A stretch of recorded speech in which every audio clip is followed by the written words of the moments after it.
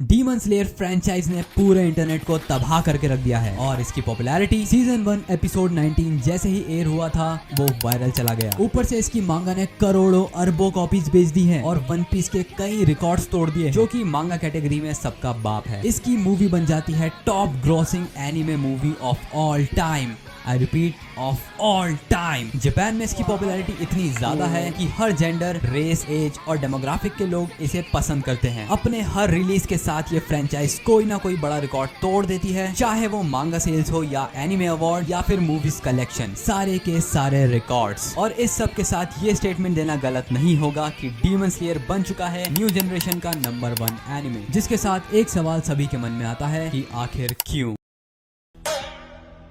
तो शुरुआत होती है 16 फेब 2016 से, जब किमेत्सु नो याइबा या फिर डीमन स्लेयर का पहला चैप्टर पब्लिश हुआ था शोनेन जंप मैगजीन में। हालांकि इसके क्रिएटर क्योयोहारू गोतोगे पहले भी कुछ मांगास लिख चुके हैं, इसलिए ये कोई नया नाम नहीं था शोनेन जंप मैगजीन में। लेकिन डीमन स्लेयर मांगा की शुरुआत कुछ बहुत खास नहीं हुई थी, क्योंकि उस टाइम शोनेन जंप में ऑलरेडी काफी बड़े बड़े टाइटल्स ऑन गोइंग थे, जैसे कि वन पीस, नारुतो, और नारुतो तो उस टाइम रिसेंटली खत्म ही हुआ था। My hero academia, black clover और हाईक्यू जैसी मांगास भी चल रही थी। ऊपर से नारुतो की एंडिंग का हाइप, तो किसी भी रेगुलर मांगा रीडर का ध्यान खासा डीमन स्लेयर पर गया नहीं। ऊपर से इसका आर्ट स्टाइल और कवर देखकर कोई भी इसे जज कर सकता था कि एक नॉर्मल सामुराई एनीमे है, कुछ खास नहीं। जिसके बाद टाइमलाइन आगे बढ़ती है 2017-18 में, जिस टाइम तक डीमन स्लेयर ने काफी डिसेंट सा फैन बेस बना लिया था और इसी टाइम तक ऑलरेडी काफी सारे लोग चाहते थे कि इसकी एनीमे अडेप्टेशन आए। जिसके बाद अनाउंस होता है कि डीमन स्लेयर को एक एनीमे अडेप्टेशन मिलने वाली है एंड बूम, वहीं से सारा गेम चेंज होता है। 2019 में डीमन स्लेयर का एनीमे पब्लिश होता है एंड गेस व्हाट, उसका एनिमेशन स्टूडियो था द गेम चेंजर यूफोटेबल। इस स्टूडियो ने पहले भी कई सारे एनिमेशंस को अडेप्ट करा है और कुछ काफी फेमस भी हुए हैं, लेकिन जो काम यूफोटेबल्स ने डीमन स्लेयर एनीमे में करा है उसने नए स्टैंडर्ड सेट कर दिए थे। हालांकि कई सारे लोग एनीमे पब्लिश होने से पहले ही डीमन स्लेयर से फेमिलियर थे, तो व्यूवर्स ऑलरेडी इस एनीमे को एंजॉय कर रहे थे। लेकिन फिर आता है एपिसोड 19, जहां पर तांजीरो परफॉर्म करता है हिनो कामी कागुरा डांस, जहां पर तांजीरो और नेजुको की फाइट चल रही थी लोअर मून रुई से, एंड डैम वो सीन नेक्स्ट लेवल ही था। मतलब डेफिनेटली तुम लोगों ने डीमन स्लेयर देखा ही है, तभी तुम इस वीडियो को देख रहे हो। तो तुम मुझे कमेंट्स में बताओ कि जब पहली बार तुम लोगों ने एपिसोड 19 का वो बोन चिलिंग मोमेंट देखा था तब तुम्हारा कैसा रिएक्शन था। वेल, अगर मेरी बात करें तो I was completely blown away, क्योंकि एनिमेशन क्वालिटी तो पहले ही बहुत अच्छी है, ऊपर से उस फाइट की कोरियोग्राफी भी काफी अच्छी थी, प्लस उस टाइम पे जो स्टोरी का पूरा सेटअप था जिसके साथ वो बैकग्राउंड म्यूजिक। 2019 में हमें पता चला कि परफेक्शन आखिर होती क्या है। उस बैकग्राउंड म्यूजिक का नाम था कामाडो तांजीरो नो उटा। मैं ऑब्वियसली प्ले नहीं कर सकता, बट डैम वो जो पियानो और ऑर्केस्ट्रल वर्क था, इट वाज डैम अमेजिंग। और यही वो टर्निंग पॉइंट था जिसने डीमन स्लेयर को एक रैंडम एनीमे से बदल कर एक मेन स्ट्रीम जगरनॉट बना दिया था। और इस एपिसोड 19 अकेले एपिसोड ने पूरे इंटरनेट को तबाह करके रख दिया था। पूरा इंटरनेट फ्लड हो चुका था डीमन स्लेयर एपिसोड 19 के रिएक्शंस, रिव्यूज से। और इस एपिसोड के ड्रॉप होने के बाद डीमन स्लेयर मांगा सेल्स सीधा टॉप 10 में आ गई। और फिर अगले ही साल ईयरली सेल्स के मामले में उसने वन पीस को भी पीछे छोड़ दिया और नंबर 1 मांगा बन गई। और एक हफ्ते में ही मिलियन कॉपी से ज्यादा सेल कर देने का रिकॉर्ड भी डीमन स्लेयर के नाम ही है।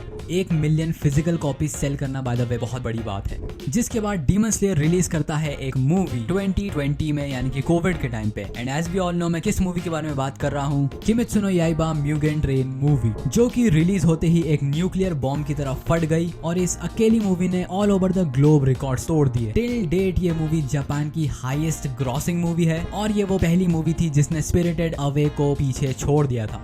और इस मूवी ने $500 मिलियन से ज्यादा का कलेक्शन किया, जो कि एक एनिमे मूवी के लिए बहुत बड़ी बात है। मीनवाइल 2020 के अप्रैल में इसकी मांगा भी रैप अप हो जाती है, यानी खत्म हो जाती है, वो भी केवल 23 वॉल्यूम्स में ही। यानी कि कोई फालतू का फिलर आर्क नहीं था, स्टोरी को ज्यादा स्ट्रेच नहीं करा गया, straight to the point, cut to the chase, in a nutshell एक कमाल की स्टोरी खत्म हो जाती है, जिसकी स्टोरी काफी इमोशनल और इम्पैक्टफुल थी। और अब व्यूअर्स चाहते थे इसके एनिमे को खत्म होते हुए देखना, और प्रेजेंट टाइम में हम उसके बड़े क्लोज हैं। 2020 तक जब मांगा खत्म हुई थी तब तक इसने 150 मिलियन से भी ज्यादा कॉपी सेल कर दी थी, और ये नंबर अचीव करने में वन पीस को एक डेकेड से भी ज्यादा लगा था। जिसके बाद 2021 में आता है एंटरटेनमेंट डिस्ट्रिक्ट आर्क, जो कि एक बहुत ही एंटरटेनिंग आर्क था, स्पेशली उसकी फाइनल फाइट, जब टेनगेन और ग्योतारो का जो वो फाइनल रैम्पेज वाला फाइट सीन था। ओ माय गॉड, ये एनिमेशंस आखिर को इंसान दे भी कैसे सके हैं।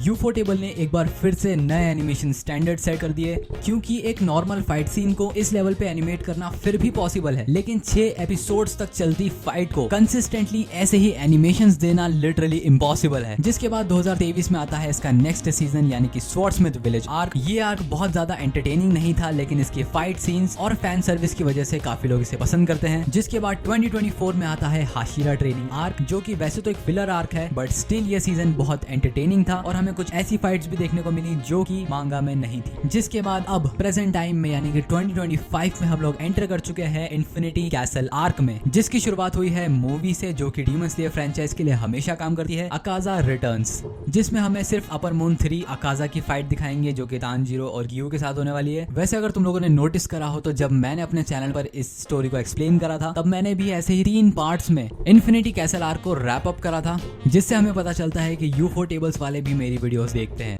फाइनली अब हम लोग बात करते हैं कि आखिर डीमन स्लेयर इंडिया में इतना पॉपुलर कैसे हुआ। वैसे तो इसके कई सारे कारण हैं, लेकिन इस वीडियो में हम केवल 6 रीजंस के बारे में बात करेंगे, जिसमें से पहला रीजन है टाइमिंग। 2019-20 के आसपास जब डीमन स्लेयर पॉपुलर होना स्टार्ट हुआ था, वो टाइम बहुत ज्यादा ही इंपॉर्टेंट था, क्योंकि उस टाइम इंडिया में नया नया डिजिटल इकोसिस्टम तैयार हो रहा था। लोगों का एंटरटेनमेंट सोर्स अब धीरे धीरे OTT पर शिफ्ट हो रहा था, जैसे कि नेटफ्लिक्स, Amazon प्राइम या फिर यूट्यूब। ऊपर से पहले ही जियो इफेक्ट की वजह से सारे डेटा प्लान सस्ते हो गए थे और इंटरनेट सबकी पहुंच में था। और तो और सोने पे सुहागा हो जाता है जब नया नया कोविड इंट्रोड्यूस होता है। लॉकडाउन के दौरान घर से ना निकल पाने की वजह से लोग डिपेंड हो चुके थे डिजिटल कंटेंट पर। लॉकडाउन में लोगों के पास कुछ करने के लिए ज्यादा काम नहीं था, लेकिन देखने के लिए बहुत टाइम था, और यही वो कारण था कि इंडिया में शोज और वेब सीरीज का कल्चर आ पाया। और इसी बिंज वॉच कल्चर की वजह से डीमन स्लेयर को बहुत फायदा हुआ, और उसी टाइम डीमन स्लेयर का सीजन 1 भी इंटरनेट पर वायरल हो रहा था। और इतनी परफेक्ट टाइमिंग की वजह से डीमन स्लेयर को एक इनिशियल पुश मिला इंडिया में वायरल होने का। जिसके बाद हमारा रीजन नंबर 2 है इजी एक्सेस। पहले के टाइम पर एनिमे देखना इतना आसान नहीं हुआ करता था, व्यूवर्स को कई सारी पायरेटेड साइट से होते हुए एनिमे को देखना पड़ता था, और ये चीज एक न्यू व्यूवर के लिए एंट्री बैरियर की तरह काम करता था।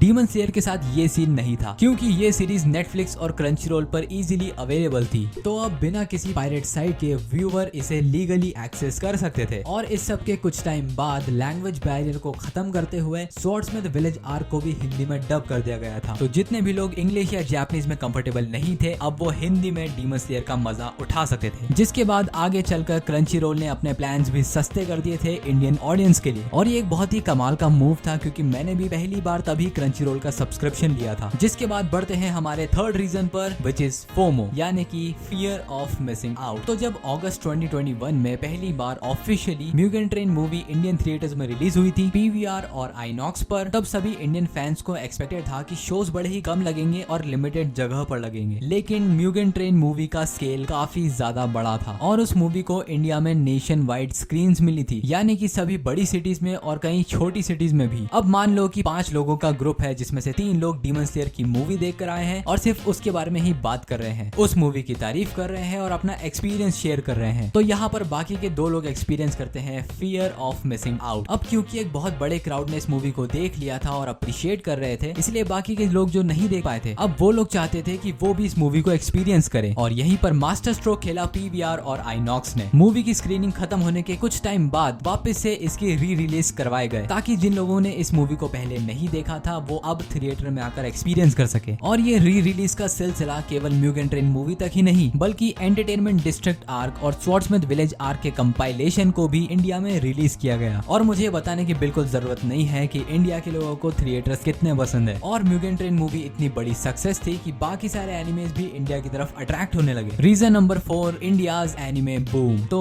IMRC ग्रुप यानी कि international market analysis research and consulting group अपनी एक रिपोर्ट में बताता है कि अगले डेकेड तक यानी अगले दशक तक एनिमे की पॉपुलैरिटी इंडिया में 10 गुना से भी ज्यादा ग्रोथ अचीव कर लेगी। और ये एक बहुत ही क्रेडिबल रिसर्च फर्म है, क्योंकि इनकी रिपोर्ट्स को कई बार इकोनॉमिक टाइम्स में और बिजनेस स्टैंडर्ड्स ने भी अपने आर्टिकल्स में पब्लिश करा है। अगर हम फिगर्स नंबर्स की बात करें तो as of 2024 Indian anime market approximately $1000 million से भी ज्यादा का है, जिसमें भी केवल रिटेल साइड यानी कि मर्चेंडाइज रिलेटेड स्टफ $250 मिलियन से ज्यादा का मार्केट रखते हैं। ये नंबर्स बताते हैं कि एनिमे अब कोई नीश नहीं बल्कि मेन स्ट्रीम एंटरटेनमेंट सोर्स है। ऊपर से अगर तुम आजकल के स्ट्रीमिंग प्लेटफॉर्म्स को देखोगे तो तुम नोटिस करोगे कि Netflix, Amazon prime, Crunchyroll, Disney plus, Hotstar जैसे कई सारे स्ट्रीमिंग प्लेटफॉर्म्स धीरे धीरे अपनी एनिमे लाइब्रेरी को एक्सपैंड कर रहे हैं। और एनिमे टाइम्स ने तो अभी अटैक ऑन टाइटन और डेथ नोट को भी हिंदी में डब कर दिया है, जिससे हमें पता चलता है कि फाइनली इंडिया में एनिमे को ऑफिशियली रिकॉग्नाइज किया जा रहा है। और ये भी डीमन स्लेयर की पॉपुलैरिटी में कंट्रीब्यूट करने वाला एक बड़ा फैक्टर है। Reason number 5, cultural resonance. अगर हम एक इंडियन ऑडियंस के पर्सपेक्टिव से देखें तो डीमन स्लेयर के कैरेक्टर्स काफी ज्यादा सिंपल और रिलेटेबल लगते हैं। जैसे कि अगर हम तांजीरो के कैरेक्टर को देखें तो अपने से एल्डर्स लोगों के लिए रिस्पेक्ट और उसकी वैल्यूज, ऊपर से उसका फैमिली के लिए सैक्रिफाइस, अपनी बहन को बचाना, इंडियन ऑडियंस इन सारे वैल्यूज से बहुत ज्यादा कनेक्ट कर पाती है, क्योंकि इंडियन और जापानीज कल्चर में काफी सारी सिमिलैरिटीज हैं और ये सेम टाइप का कनेक्शन हम वेस्टर्न सीरीज के साथ फील नहीं कर पाते। आखिरी reason number 6, simplicity. Demon slayer की स्टोरी है ब्यूटीफुल येट सिंपल, बहुत ज्यादा कॉम्प्लिकेटेड नहीं है, बहुत क्रेजी पावर सिस्टम नहीं है जिसको समझने में पूरा जीवन निकल जाए, और स्टोरी किसी भी पॉइंट पर कॉम्प्लिकेटेड फील नहीं होती है जिससे व्यूअर का इंटरेस्ट खत्म हो जाए। और इंडियन ऑडियंस में मैंने एक चीज तो नोटिस करी है कि वो लोग कॉम्प्लिकेटेड चीजों को ज्यादा पसंद नहीं करते हैं। अब आई डोंट नो ये अच्छी चीज है या बुरी, लेकिन ट्विस्टेड कैरेक्टर्स और ट्विस्टेड स्टोरी को इंडियन ऑडियंस उतना पसंद नहीं करती। एटलीस्ट मैंने तो ऐसा ही फील करा है। और क्योंकि डीमन स्लेयर की स्टोरी काफी ज्यादा सिंपल है और क्रिस्प है और काफी शॉर्ट भी है, क्योंकि सिर्फ 23 वॉल्यूम में पूरी स्टोरी को रैप अप कर दिया है, ये एक बहुत बड़ा कारण है इंडियन ऑडियंस का डीमन स्लेयर को पसंद करने का।